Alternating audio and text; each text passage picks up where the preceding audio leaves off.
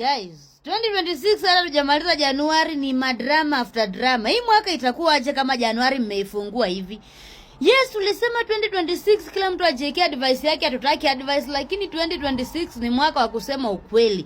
2026 we are going to protect girl child na boy child. Hakuna kuonea wanawake juu ni viumbe dhaifu. No, this round kama demu amekosea 2026 tutakwambia wewe mshenzi umepotea, rudi kwa laini. Kama ni boy amekosea tunamwambia rudi kwa laini, umepotea. Hakuna ati juu ni boy child na girl child tunatetea girl child. Tunaangalia makosa 2026.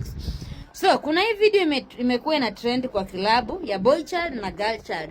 Watu wengi wameocha hiyo video. Najua pia wewe mwenye unaniangalia uko na hiyo video juu unapenda mshene. Huwezi lala bila kuona kitu ina trend.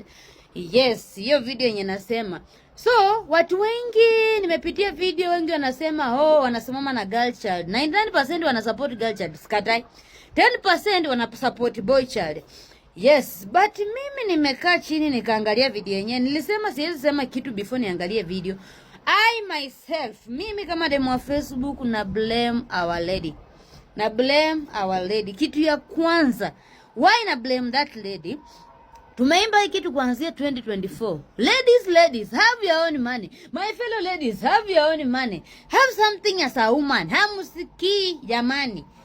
Tunaambia ladies, fungua hata biashara ya manguo hapo online. Nikiingia TikTok tutasupport. Fanya business yako, kuwa na pesa yako kidogo. Ndio mwanaume akikuita mahali mulewe, unaitisha pombe yenye pesa yako inalipa. Ndio mwanaume akikuita mahali mpige party, uko na fare yako ya kurudisha kwa nyumba. Usitumiwe vibaya.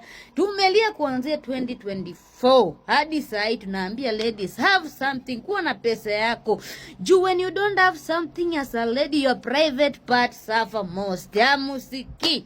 So, imagine kama udem alikuwa anaitisha huyo boy child anamwambia si unilipie bus taxi niende home. Yaani hakukuwa hadi na fare. The boy alikuwa anamembarrass kwa sababu the boy ametoka US na ako na don, anajua this lady has hiyo English imenishinda. Yaani huyu mwanamke hana kitu yenye anazo offer apart from hii kitu yenye inaweza fungua.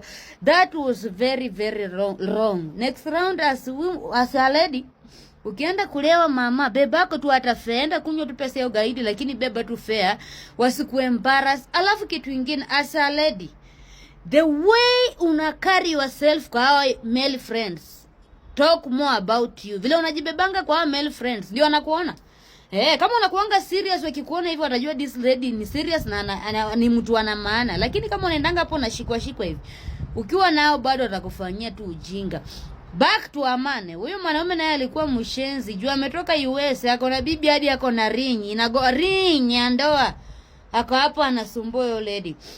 Kwa mwanaume pia ulifikiri ukianika that lady hatuta kujua. Tumekwisha kujua baba. Shame on you. Mwanaume uko na bibi lakini huna akili. Unatumia kichwa kama dispenser ya makamasi. Anyway guys, sitaki kuendelea na hii story. Pale kwa comments niandikie opinion yako. Sisi kama ladies tutasupport our ladies, lakini pia ladies tuwaambie ukweli. Have something as a woman. Abura in Nairobi, if you want a soft life without money, your private part itasuffer most. Watafungua hadi saa 2 ya mchana huko kwa soko. Anyway, bye bye. Wacha ni focus na dera zangu. Hii pia nime launch leo.